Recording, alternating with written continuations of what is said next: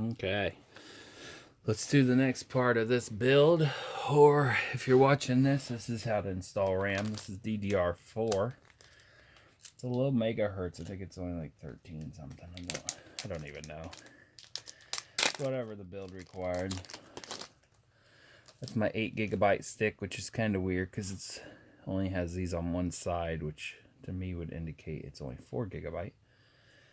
But we'll see. Look for your hashtag little cutout spot and then see which side's longer. Normally there is a longer side. And flip these back. I'm only installing one stick.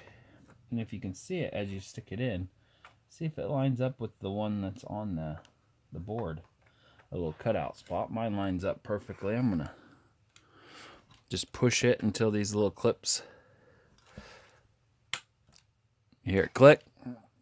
You should hear it click again. This is pulled out all the way. It'll slowly pull itself in and click.